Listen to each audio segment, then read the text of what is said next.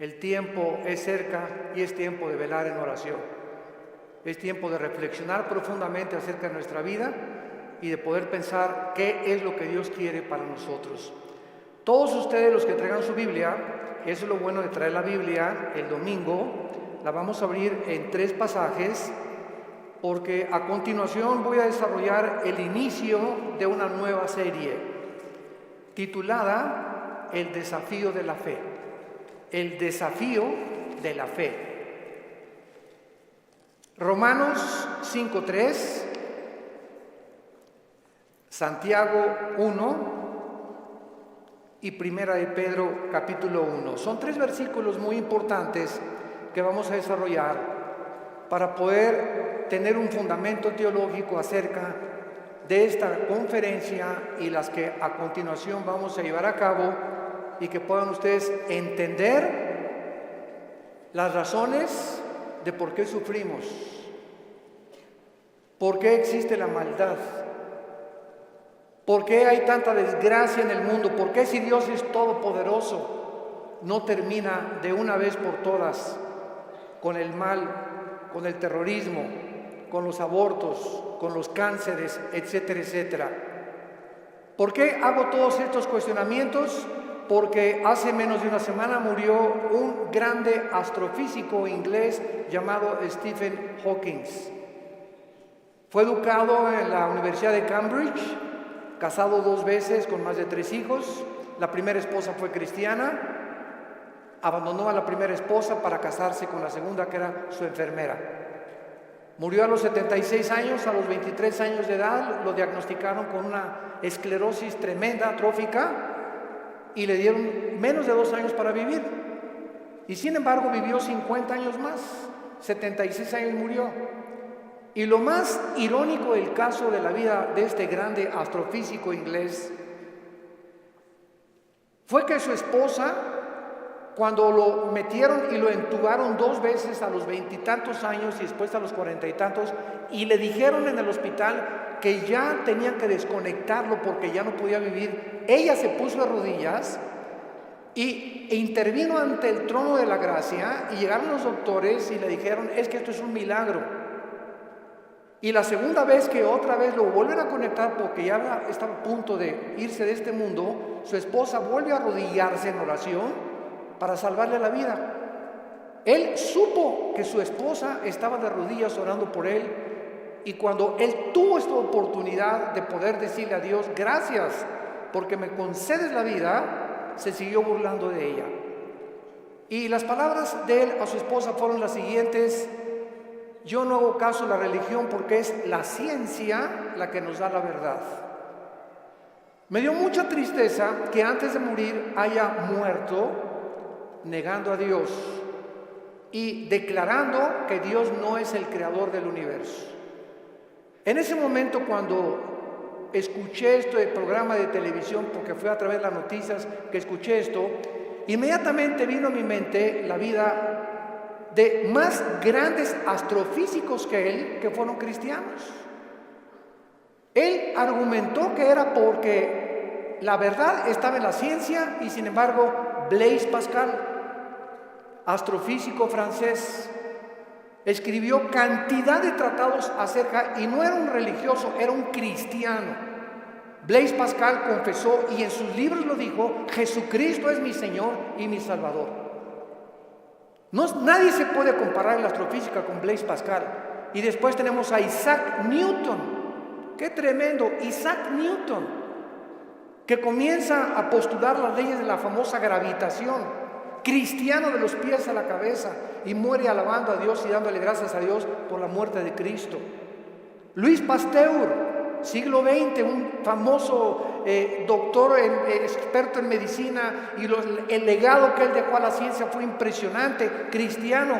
Y finalmente Alberto Einstein, que fue famoso cuando dijo: Dios no juega con el universo como si jugara a los dados. Todos estos hombres fueron cristianos y creían en Dios. Los filósofos de hace 2150 años aproximadamente, 150 años antes de Jesucristo, Aristóteles, que fue el maestro de Alejandro el Magno, Platón, Sócrates, Demóstenes, creían en un Dios, por lo menos dijeron: pienso, luego existo, existo, luego vivo, esta causa no puede estar dentro de mí, esta causa tiene que estar fuera de mí, tiene que haber algo, llámale la fuerza, una entidad superior, pero tiene que haber algo que trascienda, que es Dios, aunque no lo pudieron nunca ubicar. El apóstol Pablo en Hechos 17 se enfrenta con los atenienses filósofos, discípulos de un gran hombre que se llamaba Zenón, y los discípulos eran los epicúreos y los estoicos. Y Pablo en Hechos 17 les demuestra y les dice: ustedes adoran un Dios porque tienen un monumento altísimo que decía al Dios desconocido. O sea, ellos lo único que sabían es que tiene que haber una causa detrás de la existencia del mundo y del universo. Pero llegamos al siglo XX, donde se levantan Friedrich Nietzsche, Jean-Paul Sartre, Bertrand Russell, Richard Dawkins, y finalmente este astrofísico que muere diciendo que Dios no puede existir ni ser el creador del universo.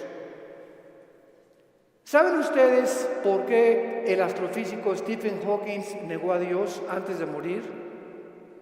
Simplemente porque no pudo explicar sus sufrimientos. Su esposa lo dijo, la primera esposa: Stephen está enojado con Dios, con un Dios que no existe. Se amargó contra alguien que no existe. Y siempre estuvo repelando, ¿verdad? ¿Por qué, si Dios es Dios, no lo sanaba y no lo levantaba de esa silla de ruedas? Hace poco ustedes escucharon el testimonio de Nicky, un muchacho sin brazos y sin piernas. Nació con el puro tronco nada más. Y cuando oye su testimonio, dice que a los 8 o 9 años de edad, como no podía suicidarse, se metió y con la boca abrió la llave del baño para ahogarse. Y en ese momento él reaccionó y dijo: ¿pero qué es esto? Y comenzó a gritarle: Dios, si existes, dime la razón por la cual me trajiste hacia el mundo sin brazos y sin piernas. Y entonces él entrega a los 11, 12 años de edad su vida a Jesucristo.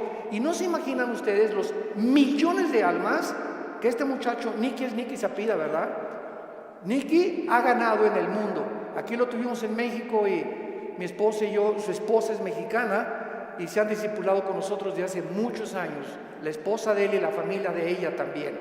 Ahora ya van a ser papás otra vez. Así como lo ven, pero juguetón. Gracias a Dios por su vida. Entonces, podríamos nosotros realmente, porque esta es la espada y este es lo que esgrimen los ateos, los escépticos, los agnósticos, es que ¿por qué si hay un Dios hay un sufrimiento? ¿Por qué es? Entonces, como no pueden entender y no tienen respuestas y no las van a tener fuera de la Biblia, se encierran en una cárcel. Y en lugar de que este hombre hubiera podido escuchar a su esposa: bueno, ok, tú me dices que es un Dios, dime por lo menos, o explícame por qué permite el sufrimiento. Pero ni siquiera quiso hacer eso. Negó completamente todo contacto con la Biblia. Y esta es la razón de esta serie que me he propuesto comunicarles a todos ustedes y a todos los que nos escuchan a través de las redes sociales, porque es el tiempo que seamos luz. El mundo está pidiendo respuesta a los políticos, astrofísicos, ateos, agnósticos, escépticos, etcétera, etcétera. Las universidades en Latinoamérica están llenas de ateos, infectando las mentes de nuestros hijos, incitándolos a una revolución, incitándolos a la violencia, porque ellos creen que a través de esta violencia y de este idealismo pueden ellos hacer un cambio en México social, o en Veracruz, o en cualquier otra nación. ¿Por qué? Porque hay un idealismo en la juventud que no tiene respuestas, y nosotros somos la luz del mundo. Ya es hora que brillemos, ya es hora que levantemos la lámpara. Todos los 70s, 80s y 90s del siglo XX persiguieron a la Biblia, persiguieron al cristianismo, persiguieron a los pastores en Latinoamérica. Yo recuerdo cuando fui a la universidad a la conferencia en la Facultad de Filosofía y Letras, cómo querían burlarse todos. ¡Ay, ya llegó el padrecito! Así me decían: ya llegó el padrecito. A ver de qué nos va a hablar el Padrecito, porque como ellos no tienen respuestas, creen que nosotros tampoco las tenemos.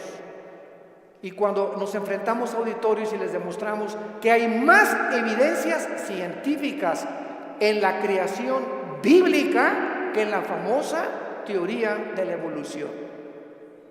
Cuando alguien te diga y tú le preguntes, bueno, ¿cuál es tu punto de vista o tu perspectiva de cómo te imaginas que crea el universo? ¿Qué te van a contestar? Pues por ahí anda una enseñanza, una ideología que se llama el Big Bang o la grande explosión traducida.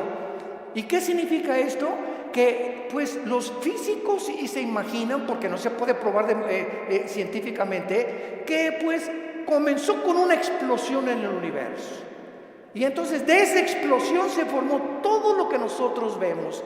Cuando las propias leyes de la física, la primera y la segunda ley de la termodinámica, contradicen el Big Bang. Virgen del Socorro. Me atrevo a decir esto.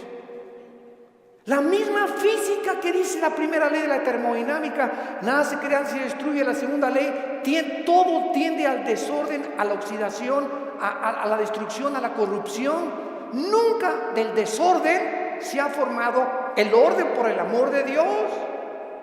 Entonces, ¿cómo podemos estar defendiendo una teoría que la aceptamos ciegamente? Porque mi maestro me la enseñó.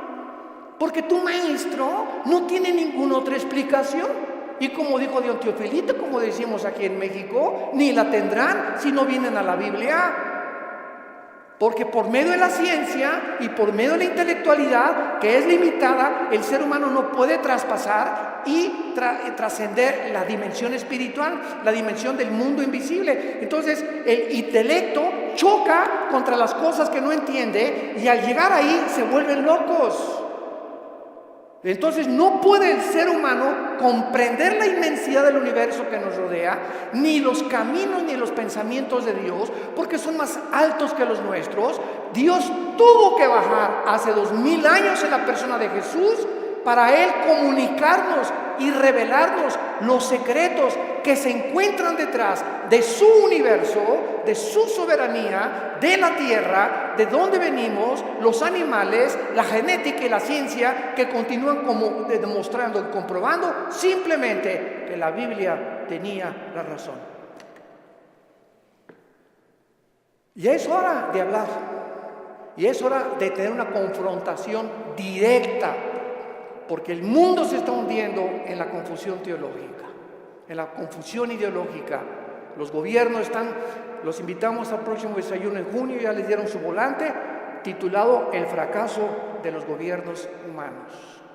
Otra vez, ¿verdad? Vamos a examinar todos los gobiernos, nazismo, fascismo, monarquías, democracias, etcétera, etcétera. ¿Por qué ninguno ha funcionado? ¿Por qué siguen peleándose? ¿Por qué ahorita ya los partidos políticos en todas partes del mundo, ya sus convicciones, los estatutos en los que formaron sus partidos están deshaciéndose y contagiándose con el otro? Es como si nosotros dijéramos, soy cristiano, pero me voy a juntar con los mormones y con los musulmanes.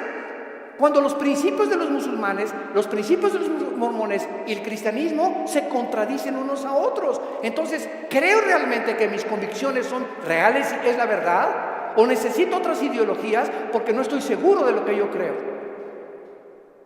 Es una tristeza, se están derrumbando ante nuestros ojos todas las ideologías y todas las filosofías del mundo. Los sistemas de pensamiento están confundidísimos como jamás lo habían estado. Gubernamentalmente, teológicamente, filosóficamente, económicamente, es una confusión en el mundo tremenda. Es el estrés por el cual vive la gente. Es una incertidumbre de dónde está la verdad, dónde está la luz, quién tiene la verdad. Tú dices que en aquella religión, tú dices que en aquella religión. Discúlpame, en ninguna religión, en la persona de Jesucristo. Porque tú puedes tener X religión sin tener la verdad, ni tener al Hijo de Dios en tu vida. Él fue el que vino y nos dijo: no los católicos, no los evangélicos, no los nazarenos, no los mormones. Jesús dijo: yo soy la verdad. Y cuando Él entra a tu vida, se te caen las vendas. Y de alguna forma el entendimiento se nos comienza a expandir.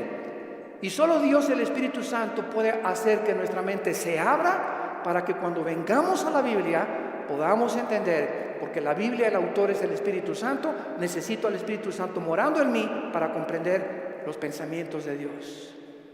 Ven a la Biblia sin el Espíritu Santo y vas a chocar contra los pensamientos de Dios, porque el hombre natural no entiende las cosas del Espíritu, porque para él son locura, porque estas cosas no se intelectualizan, estas cosas se disciernen espiritualmente.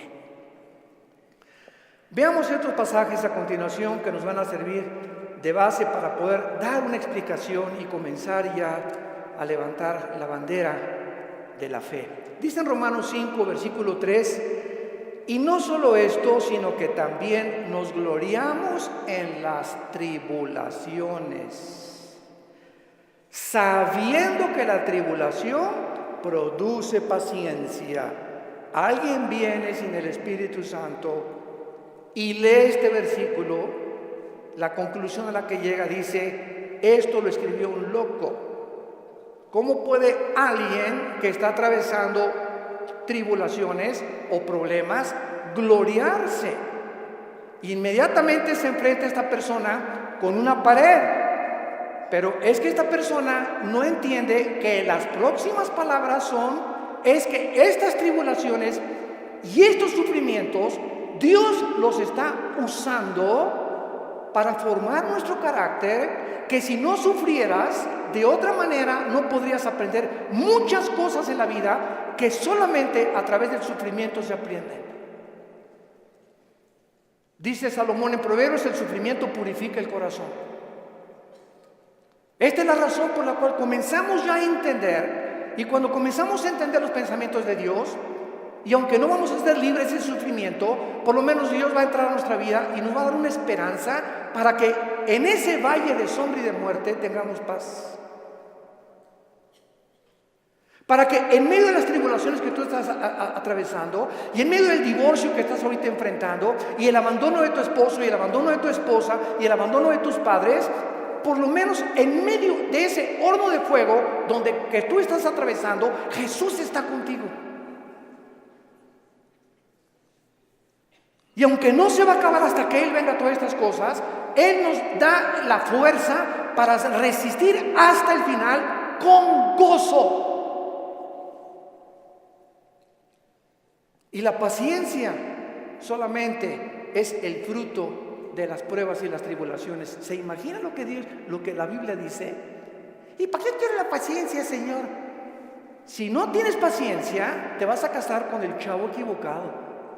Si no tienes paciencia, te vas a casar con la muchacha equivocada. Si no tienes paciencia y eres una persona impulsiva que compras y vendes, etcétera, etcétera, sin meditar ni reflexionar nada, vas a comprar la casa equivocada, el carro equivocado, el viaje que Dios no quería que hicieras lo vas a hacer por tu impaciencia, porque por naturaleza somos impacientes.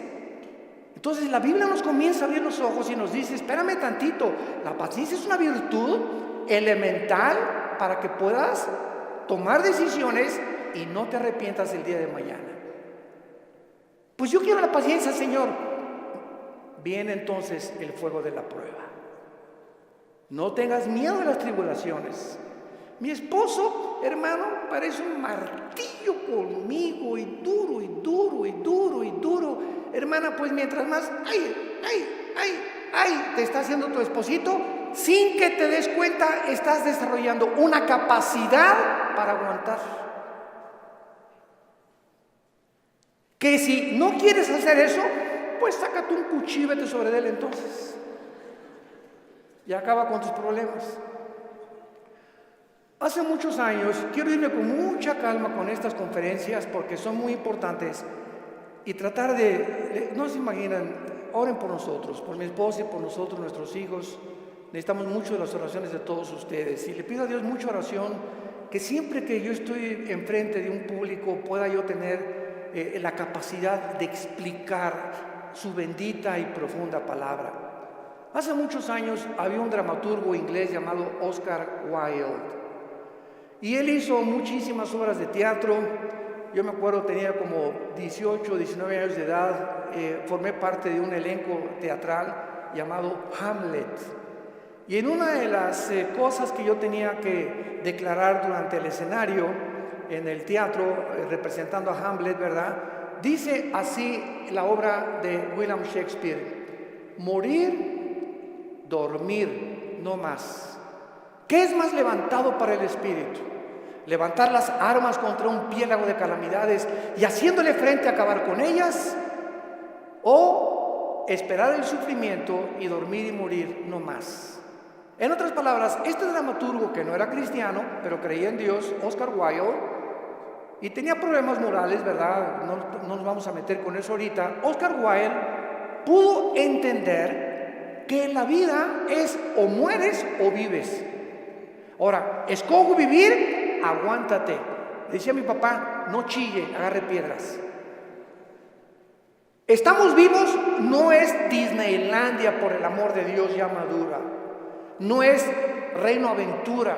No estamos en el milenio todavía, estamos en un mundo de una raza humana caída, donde hay pecado, muerte, oscuridad, sombras, tristeza, enfermedades, violencia, etcétera, etcétera. Y vamos a través de esta serie a explicar por qué permitió Dios esto, y nos vamos a dar cuenta, cuando veamos la explicación de Dios, vamos a levantar las manos, te voy a decir: Señor, profunda es tu sabiduría y tu gracia y tu misericordia. Cuán profundos son tus pensamientos. Y yo era como era porque no entendía. Ahora entiendo, Señor, y te alabo y te bendigo.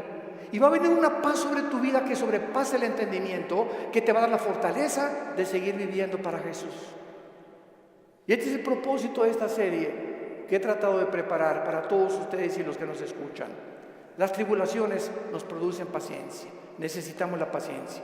La segunda es Santiago capítulo 1, versículos 2 y 3. Santiago capítulo 1, 2 y 3. Hermanos míos, otra vez, parecía que estuviera loco Santiago, de cual fumó. Tengan por sumo gozo cuando se hallen en diversas pruebas. ¿Quién puede llegar a esa conclusión, verdad? Gózate cuando te corran de tu trabajo. Gózate cuando pierdas tu casa. Gózate cuando tienes algún problema, ¿verdad? ¿Por qué me voy a gozar? Porque esa prueba que estás atravesando está produciendo paciencia. Otra vez, Santiago está de acuerdo con Pablo para poder, con diferentes palabras, decirnos que las pruebas producen paciencia. Entonces tú llegas a tu casa con tu esposa: ¿qué crees, mi chenchita? ¿Qué, mi amor? Estás tan contento, te veo, te ascendieron de puesto. No, mi amor, al contrario, me corrieron. ¿Quién podría reaccionar así? Nadie, ¿verdad? Ni marihuano. Nadie podría reaccionar de esa manera, más que un cristiano que vive en el Espíritu. Y la esposa: oye, pero ¿sabes una cosa? Esto no es para que te pongas contento. Sí, mi amor, ¿sabes una cosa? Porque acuérdate, Romanos 8:28, todas las cosas contribuyen para nuestro bien. Y no me corrieron porque haya sido ladrón, borracho, parrandero, jugador, defraudador. Me corrieron, ¿verdad?, por políticas, lo que tú quieras. Pero ¿sabes por qué me gozo, mi amor? Porque creo lo que dice la Biblia. Ahorita mi única reacción sería llegado: vieja, sácamela de don Julio reposado. Y vamos a ponernos los dos hasta atrás. Esta vida no vale gorro. Vamos a divertir. Que nada, y que Dios ni qué cristianismo. Esa es la otra reacción. Y comenzar con la autolástima y comenzar a amargarte contra Dios. ¿Te das cuenta?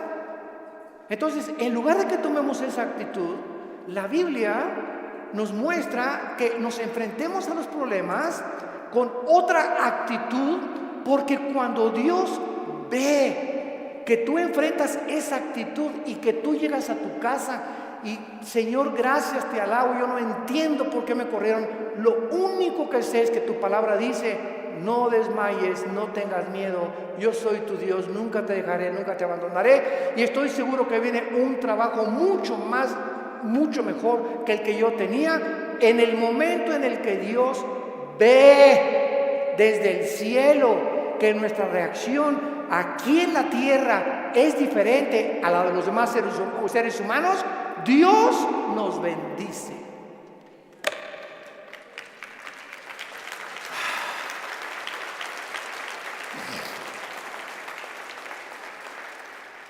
Porque sin fe. ¿Y cómo se demuestra la fe? Actuando al contrario de nuestros sentimientos y emociones. Hebreos 11:6. Y el versículo 1 de Hebreos 11 dice: y la fe es la certeza de lo que se espera, la convicción de lo que no se ve. Veamos y metamos aquí un microscopio. La fe está relacionada con el futuro y con lo invisible. Es una certeza, es una seguridad de algo que está adelante de mí, que estoy esperando. Y aunque yo no lo vea, estoy seguro que viene a mi vida. Y además estoy tan convencido, aunque no lo vea. La fe, si no es algo que tú estás esperando y no estás convencido, tu fe es la fe de los demonios. Dice Santiago capítulo 2 que los demonios también creen. No, yo creo en Dios. Pero ¿sabes una cosa? Tú dices que crees en Dios intelectualmente, pero no demuestras que tú crees en Dios por la forma como tratas a tu esposa, por la forma como tratas a tus padres, por la forma como ves a las mujeres. Este pueblo, Marcos 7, dijo Jesús, de labios me honra. ¿Cuánta gente hay por todos lados? Iban a desayunos y yo creo en Dios, pero sus acciones, su conducta contradice la piedad que ellos expresan o que creen tener en su corazón.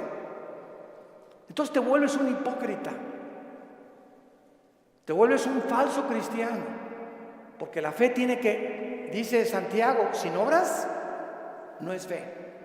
La salvación es por la fe, pero la forma de demostrar que esa fe es salvífica, que realmente nos ha transformado, es cuando vemos que ha transformado mi vida. Ya no soy el que yo era antes, antier, o hace un mes o hace 6 meses. Ahora cambió mi vida con mi esposa, la forma como veo a mis hijos, la forma como manejo mi negocio, la forma como me relaciono con la gente, la forma como veo a los gobiernos. Cambia completamente mi vida. Y si yo no manifiesto esta actitud o esta nueva conducta, no es cierto que soy cristiano. Y lo vamos a ver en el tercer pasaje, 1 de Pedro capítulo 1. Y ahí vamos a comenzar nuestra serie. Esta es la introducción. En 1 de Pedro capítulo 1, versículo del 6 al 9, escribe el apóstol Pedro, y los recipientes de esta carta eran judíos perseguidos por Roma. Esta carta fue dirigida a cristianos que están siendo perseguidos o sufriendo por su fe, en lo cual vosotros os alegráis, aunque ahora por un poco de tiempo, si es necesario, tengáis que ser afligidos en diversas pruebas, para que sometida a prueba vuestra fe, mucho más preciosa que el oro, el cual aunque perecedero se prueba, con fuego se hallada en alabanza, gloria y honra cuando sea manifestado Jesucristo, a quien amáis sin haberle visto, en quien creyendo, aunque ahora no lo veáis, os alegráis con gozo inefable y glorioso, obteniendo el fin de vuestra fe, que es la salvación de vuestras almas. En otras palabras, y este es el tercer principio espiritual de nuestra serie, la fe de todos aquellos que han dicho: Jesús, entra a mi vida. Ayer en el desayuno tuvimos más de 35 decisiones, gracias a Dios, y la gente que hace una decisión por Jesucristo, quiero que lo sepas, tu fe va a ser probada. Tu fe va a ser probada. ¿Y saben ustedes dónde comienza a ser probada? En la familia, con tus hermanos y con tus papás o con tus primos. ¿Por qué? Porque la primera prueba de la fe es la persecución. Ayer nos contaba mi hermano Alejandro, él es el director del Instituto Teológico Internacional, el ITI, y nos contó una anécdota mientras veníamos de Toluca al desayuno en el camino, que yo no la conocía de mi hermano. Y me dice, Armando, tú sabes que cuando yo me convertí, porque él fue el primero en la casa que se convirtió. Y yo los correteé como 2 o 3 años. Una vez quise incendiar una reunión de oración. El gadareno era Pinocho comparado con los demonios que yo traía. Y se los digo en serio. Y me dice mi hermano, tú sabes que cuando yo me convertí ya a la casa, y mi mamá inmediatamente me quiso correr. Ya te metiste con una secta, quién sabe qué te metieron, etcétera, etcétera. Total, dice, me tuve que salir de la casa y a los 4 días regresé a la casa. ¿Y qué crees? Estaba un cuñado mío, nuestras hermanas, la abuela, los tíos, y me hicieron juicio. Todos alrededor de la mesa diciéndome, a ver, acércate por favor, estamos escuchando que ya te cambiaste de religión. Y que andas por ahí con unos aleluyas y quién sabe qué tantas cosas. Y en esta familia la única religión que tenemos es tal y tal y tal y tal cosa. Y dice mi hermano, yo lo único que hice es a todos ellos que me hicieron juicio por haber aceptado a Cristo, en lugar de que contentos de que dejé las drogas, porque era bien hipioso mi hermano antes, y le metía todo, ¿verdad? En lugar de que estuvieran contentos, estaban completamente enojados que yo había comenzado a leer la Biblia. Y lo único que les dije fue, puse la Biblia en medio de todos y les dije, ¿la han leído? Y comenzaron todos a voltearse unos con los otros. No, Chepo. Pues si no la han leído, ¿qué base tienen para juzgarme que yo estoy mal? Porque si no es la Biblia la base de nuestra fe, ¿qué es entonces? Yo no les dije que fui con los mormones ni que fui con soy un musulmán. Estoy en un grupo de cristianos que leemos la Biblia. Y si ustedes no leen la Biblia, no tienen ninguna base. Dice mi hermano, desde esa vez nunca se volvieron a meter conmigo. Pero vino la persecución inmediatamente y vendrá contra ti también. Y comienza en la propia familia. ¿Por qué? Porque Dios nos sacó de las tinieblas de nuestra familia para regresar a nuestra familia e iluminarlos y sacarlos también al reino admirable de la vida de Jesucristo. Y si tú en tu familia no eres una luz, y en tu medio donde trabajas no eres una luz, y no estás dando testimonio de Jesucristo, tu cristianismo es religioso nada más. Y recibirán poder. ¿Para qué? Para poder enfrentar al mundo. Sin ese poder no se puede enfrentar al mundo. Hechos 1:8. Y recibirán al Espíritu Santo y me serán testigos. Entonces, vemos nosotros que tiene un propósito todo esto. Muy bien, vamos pues a comenzar esta serie con las siguientes declaraciones y reflexiones. No cabe duda que vivimos en un mundo completamente disfuncional. No hay un solo matrimonio funcional. El matrimonio es la unión de 2 extraterrestres. Pero por si fuera poco, 2 extraterrestres que ninguno se conoce ni se entiende el uno al otro. Y vas a tener 60 años de casado, como dijo un gran predicador hace algún tiempo en un estadio en Estados Unidos que lo escuché. Si yo tengo 60 años de casado más o menos y sigo sin entender a mi esposa. Y como dijo Dios Teofilito, ni las vamos a acabar de entender. Porque no nos manda Dios entenderlas, nos manda Dios amarlas. Entonces, cuando nosotros comprendemos esto, que no hay un matrimonio, o sea, no hay un matrimonio perfecto, es lo que quiero decir. No hay un matrimonio donde todo, en la luna de miel, John Travolta y se casó con esa muchacha que se parece a la Madonna y vamos a ser felices y qué guapo, ¿verdad? Y tiene coche. Todo eso desaparece después de la luna de miel. Comienzas a enfrentarte con una persona imperfecta de los pies a la cabeza. Peor todavía si no son cristianos. Si con cristianos se lucha y se sufre, imagínate no siendo cristianos, ¿no? Por eso hay tantos divorcios. Entonces te enfrentas con una persona, con una mujer que no sabes cómo tratarla, no sabes, de todo chilla, no sabes por qué chillan las mujeres de todo. Habla, parece perico de África como habla mi esposa. Es que a las mujeres Dios les dio esa capacidad de hablar hasta por los, quién sabe por dónde más. Hasta por los pies hablan las mujeres. Y nosotros, ¿verdad? O sea, tú sabes una cosa, cuando tú hablas con una persona, en el momento en que te paras a escuchar a una persona, no sé si ustedes lo sepan, la Biblia nos los muestra, el hecho que te estés concentrando en escuchar lo que está diciendo, estás emanando energía, te estás desgastando. Cuando Jesús lo tocó a la mujer, ¿se acuerdan ustedes la mujer con el flujo? Alguien me tocó. ¿Por qué? Porque dice, energía salió de mí. Todo el sufrimiento que ella tenía se lo transmitió y Jesús en su hipersensibilidad sintió inmediatamente. Hoy eligieron los apóstoles, pero todo el mundo te toca. No, hay alguien que me tocó con el propósito de recibir algo de mí y lo sentí en mi espíritu. Es una hipersensibilidad espiritual tremenda. Pero cuando tú te sientas con alguien, entonces esta es la razón por la cual mujeres, los hombres nos sentamos y viene tu esposa y 15, 20 minutos y a los 10 minutos no tenemos la capacidad, yo no sé cuántos de ustedes sean superhéroes, ¿no? Pero la mayor parte de los hombres no tenemos la capacidad de oír más de 10, 15 minutos.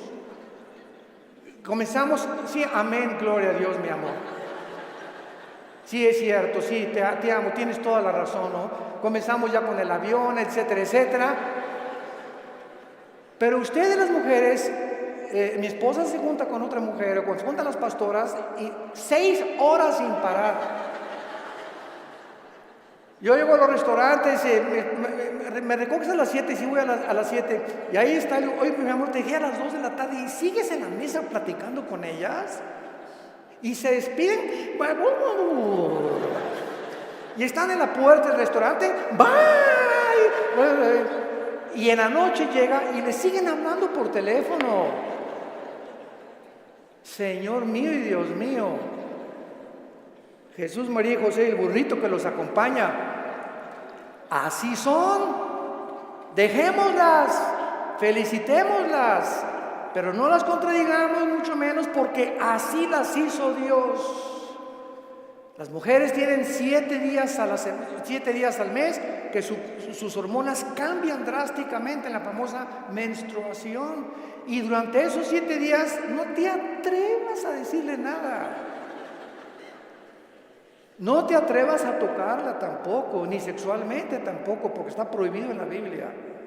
Son tiempos en el que vuela la mosca y se ponen a llorar, hipersensibles. Es una semana en la que hay que yo te llevo el desayuno a tu cama, mi amor, yo le voy a lavar los trastes, yo te lavo la ropa del bebé o lo que sea, ¿verdad?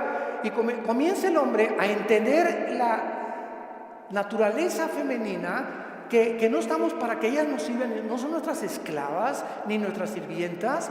Y cuando comenzamos a darles lo que ellas necesitan, porque las comenzamos a comprender, es cuando vienen las bendiciones de Dios.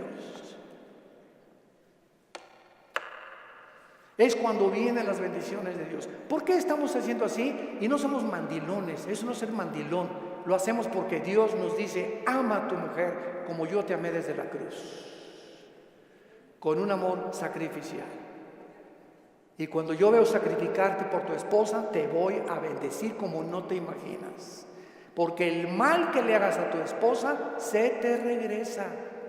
Es como un boomerang, se te regresa, dice en Efesios capítulo 5. Nadie aborreció su propia carne, sino que la cuida y la sustenta como Cristo a la iglesia.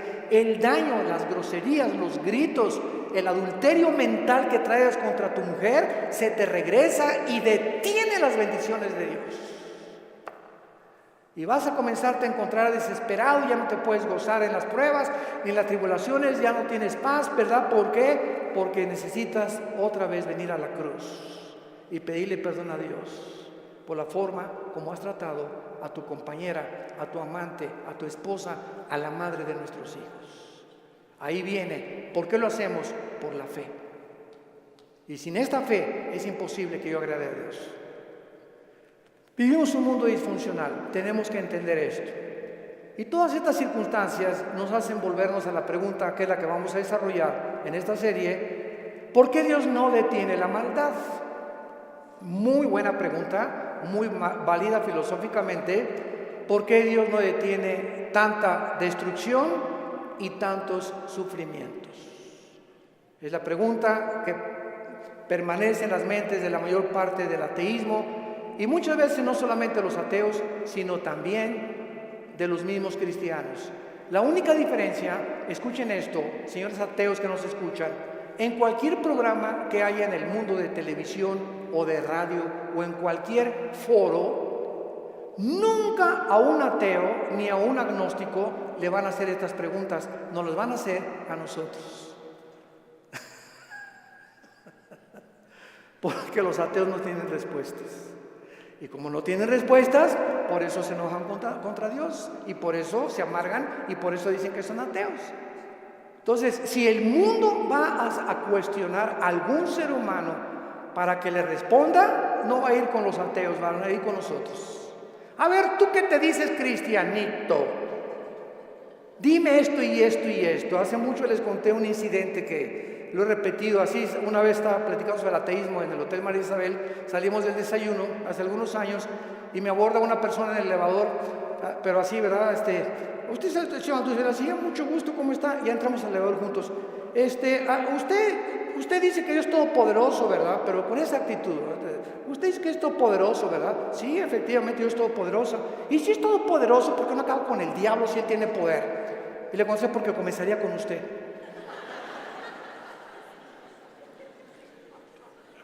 Dele gracias a Dios. Le cambió completamente su perspectiva, ¿no? O por lo menos ya le di tarea para ir reflexionando ella a su casa, de que hay respuestas y que si realmente Jesús hubiera venido o ahorita acabara con la maldad, acabaría con todos, porque perverso y engañoso es el corazón de todos los seres humanos.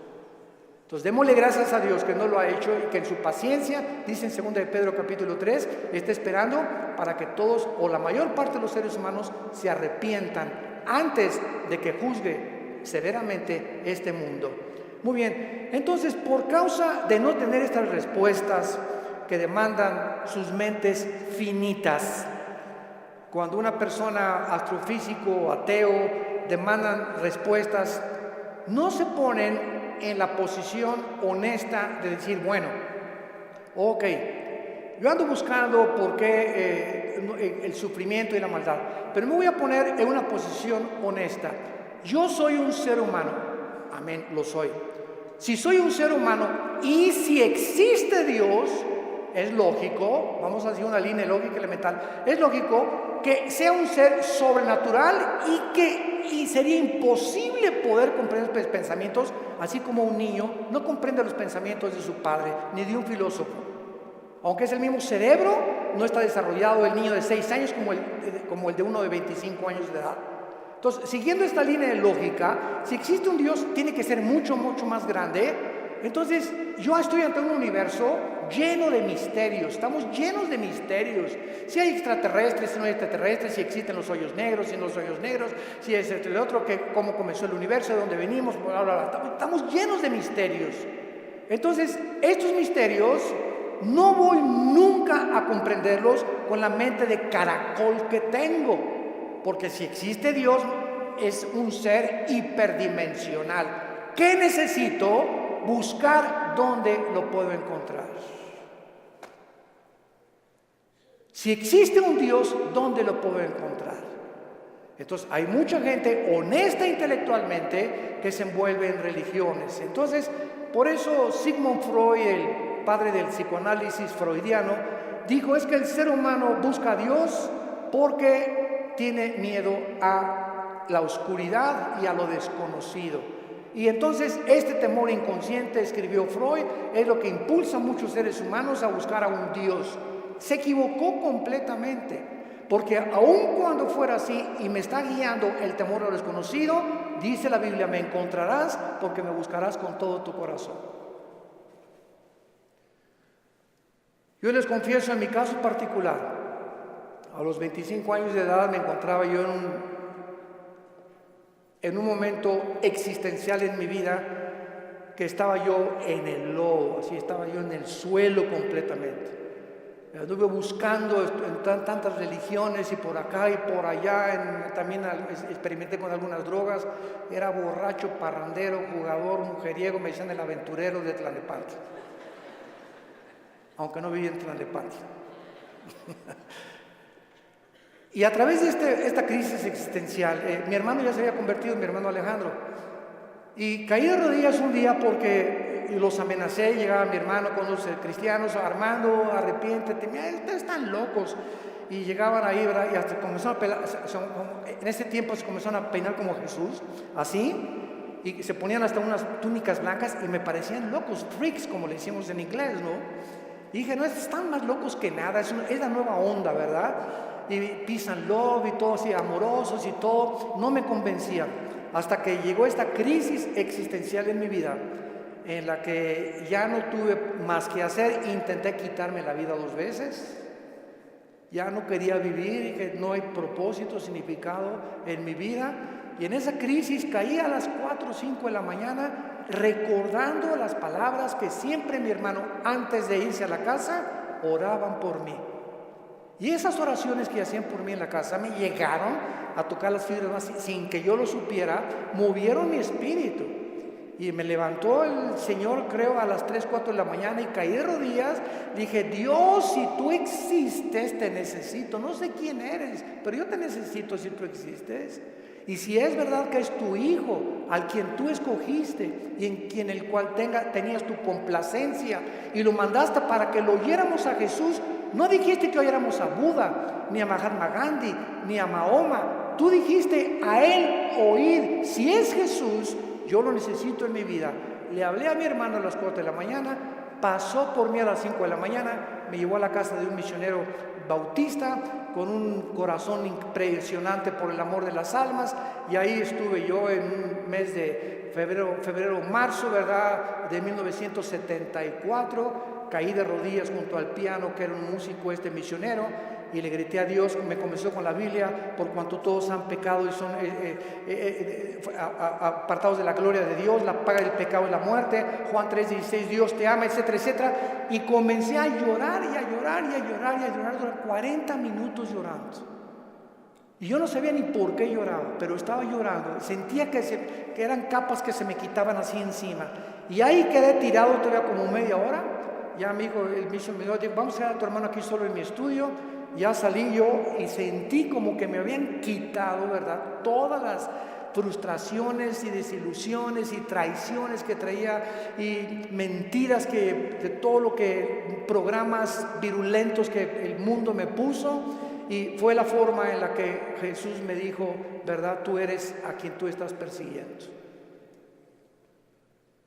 Y de ahí en entonces, ¿verdad?, mi vida fue cambiada radicalmente. Yo supe que había llegado al final de mi vida, y que si Él era Jesús, yo tenía que dedicar mi vida a Él. No había ninguna aventura más grande en la cual un hombre pueda aventurarse a vivir más que conocer a Dios. No hay una aventura más grande. Conocerle es el más grandioso afecto de nuestros sentidos, y amarle el más grande de nuestros propósitos. A los 3 años de que comencé a trabajar yo en la hotelería, era gerente del hotel, el que acabamos de ir ahorita en la reunión de los pastores en Acapulco, enfrente de la Diana. Estuve de gerente como 1 año, gerente en el Hotel Camino Real de Polanco, etcétera, etcétera. Y le dije a Dios: me voy de misionero. Yo creí que Dios me había llamado para otra cosa. Me fui de misionero y me fui a la sierra de Oaxaca, entre la Costa Chica y la Costa Grande, entre Oaxaca y Guerrero. 3 años durmiendo en pisos de adobe. Mi cojín era un ladrillo envuelto en periódicos, y me tapaba en la noche con periódicos, con los indígenas. Yo creí que me había llamado Dios para ser misionero, porque los misioneros que conocí en Acapulco me mandaron para que yo fuera, y lo único que me daban era un cheque de $100 al mes. Comíamos lo que pescábamos, las almendras que arrancábamos y los mangos que quitábamos de los árboles durante 3 años de mi vida. Y ahí conocí la máxima de las pobrezas. Más pobre no puede ser. Yo dormí en camas de piedra, hermano, te gané. En covachas, estas eran chozas de adobe. Y además había un pueblo ahí que se llamaba El Ciruelo, cerca de Tejucunicuilapa, en la Costa Chica, que era de leprosos. Y me acuerdo que un día me dijeron: es que ¿por qué están tapados así? Es que son leprosos. Y yo creí a las 2 de la mañana que Dios me había llamado a morir con lepra. Y le dije a las 2 de la mañana: sé Dios, si ese es mi destino, Señor, aquí estoy. Yo no sabía ni qué contagios era la lepra, ni conocía mucho de la lepra, pero yo creí que Dios me había llamado para morir como un leproso. Y ya, ¿verdad?, pasaron los 3 años, regresé a Acapulco, comencé a predicar, a fundar movimientos de estudios bíblicos en las casas. En 1979 la organización del famoso evangelista, que vamos a orar por él, Luis Palau, se está muriendo de cáncer, por cierto, tiene cáncer en los pulmones Luis Palau. Me hablaron a formar parte del equipo de Luis Palau. Del 79, 80 y 81 estuve como evangelista por toda la República, todo Tabasco, Guerrero, Veracruz, pueblito en pueblito, predicando de choza en choza, pueblito. Nos corretearon, nos aventaron piedras, nos aventaron palos, me lastimaron 2 veces, me enfermé con malaria, me enfermé con calentura de 40 grados, etcétera, etcétera. Y todas estas fueron, ¿qué cosa? Pruebas. Dios estaba forjando carácter en mi vida, que era muy importante para lo que más tarde me tenía que enseñar. Y el secreto, quiero decirles a ustedes, el más grande secreto de la vida es no amargarte. Es el más grande secreto de la vida cristiana. Un cristiano amargado no entra a la tierra de Canaán. No pasas Canaán. Dice en Hebreos 12 que bloquea la gracia de Dios, la amargura. No importa lo que nos hayan hecho, lo que nos digan. Me acuerdo en los 80s cómo nos calumniaron, me dijeron que me había casado 4 veces, que tenía hijos hasta en Iztapalapa, 15. Bueno, es increíble, y todavía me dice que de vez en cuando han oído esos rumores, ¿no? Ya le gané a Salomón. Puras mentiras. Pero el diablo es encargado de verdad de buscar la forma de desprestigiarte, de impedir. Pero ¿sabes una cosa?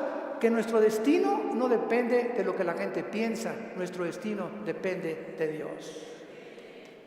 Y nadie puede arrebatarte ese destino que Dios te ha dado. Nadie, absolutamente nadie. Y para terminar, sí existen respuestas, y mientras todo se aclara, y mientras nuestra poca y chica y limitadamente intelectual comprende, y ahorita comenzamos ya con el Espíritu Santo a entender muchas cosas más que sin el Espíritu Santo imposible poder comprenderlas, Dios nos deja 2 consuelos. El primero, la resurrección de nuestra vida. Vamos a volver a vivir. Hijo, ten calma. No importa lo que estás pasando, cuando tú mueras y resucites, vas a tener el cuerpo que anhelabas tener. Si eras chaparrito y pelón, vas a ver el cuerpo que te voy a dar. Si te decían la tintorera de Tlanepantla, vas a ver la belleza que te voy a dar. Y lo que hemos sufrido, las enfermedades, todo lo que pasemos aquí, no nos imaginamos. Y la esperanza de que vamos a tener un cuerpo fue que Jesús se levantó de los muertos. Él es la esperanza y la gloria de nosotros. Vamos a volver a vivir. Y todo lo que hayamos sufrido y lo que hayamos afligido, y si acabaste en silla de ruedas o no silla de ruedas, o con cáncer o no cáncer, o lo que hayas pasado, no va a ser comparable con las glorias que en nosotros se van a manifestar. Y la segunda consuelo es que vamos nosotros realmente a tener un mundo nuevo, donde reine la justicia y la paz y la equidad. Viene ese mundo que anhelamos y que queremos cambiar por las revoluciones armadas, por la guerra, por la política, por la educación. De ningún esfuerzo humano el mundo va a cambiar hasta que Jesucristo regrese con todos nosotros a establecer su reino milenial. La pregunta en esta mañana es la siguiente: ¿estás tú preparado si tú murieras esta noche para encontrarte con tu Dios? ¿Estás preparado? ¿Estás seguro que tienes a Jesucristo? Asegúrate en este momento recibiéndole como tu Señor y Salvador. Inclina tu cabeza y dile estas palabras. Señor mío y Dios mío, aún no te entiendo,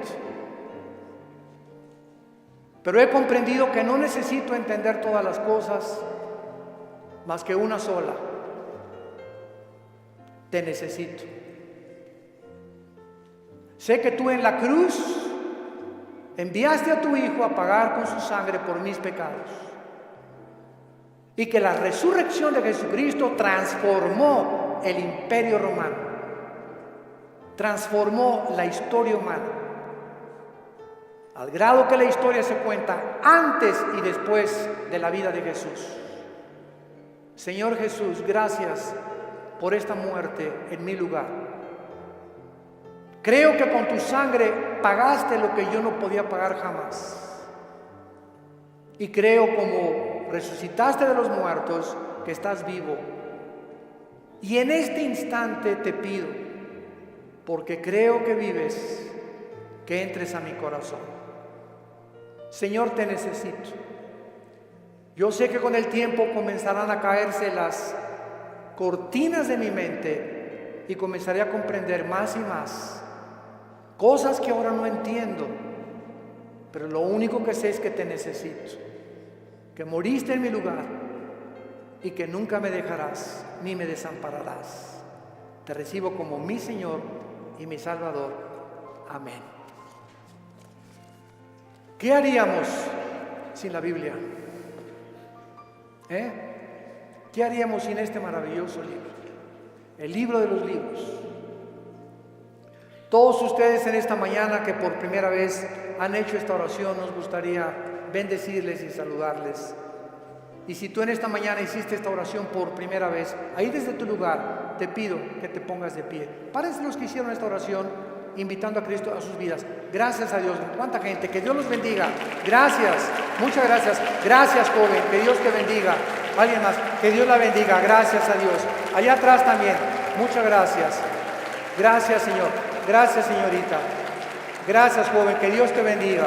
Gracias, Padre, por todas estas personas, estas nuevas almas que vienen a la cruz. Nos ponemos de pie para recibir la bendición pastoral. Los que quieran extender su mano hacia acá lo pueden hacer. Los que no, no hay ningún problema. Es en señal de que recibes esta bendición. Dios bendiga tu vida. Dios bendiga tu matrimonio. Y les dé la paciencia para tolerarse y soportarse el uno al otro hasta que venga Jesús. Y esta fortaleza solo nos las puede dar el Espíritu Santo, viviendo en la palabra de Dios. Dios bendiga a tus hijos. Dios bendiga el fruto que llevas ahora en tu vientre. Que esta criatura crezca y nazca en un hogar cristiano, con principios de ética y de conducta moral. Que pueda el muchacho crecer con la seguridad y decir siempre: mis padres se amaban, mis padres se respetaban. Dios bendiga a tus padres, Dios bendiga tu trabajo, tu entrada y tu salida. A sus ángeles mandará para que tu pie no tropiece en piedra. Él te llenará el conocimiento de su voluntad con toda inteligencia y sabiduría espiritual, para que andes como es digno de Él, llevando fruto en toda buena obra y creciendo en el conocimiento y la gracia de Dios. Nosotros ya no estamos en tinieblas, estamos bajo la luz, para que seamos luz en medio de una generación que se está degradando y perdiendo rápidamente por la corrupción que hay en el mundo. Que esa paz que sobrepasa el entendimiento guarden ahora tus pensamientos y tu corazón. En el nombre de Jesús les bendecimos. Amén. Que tengan paz.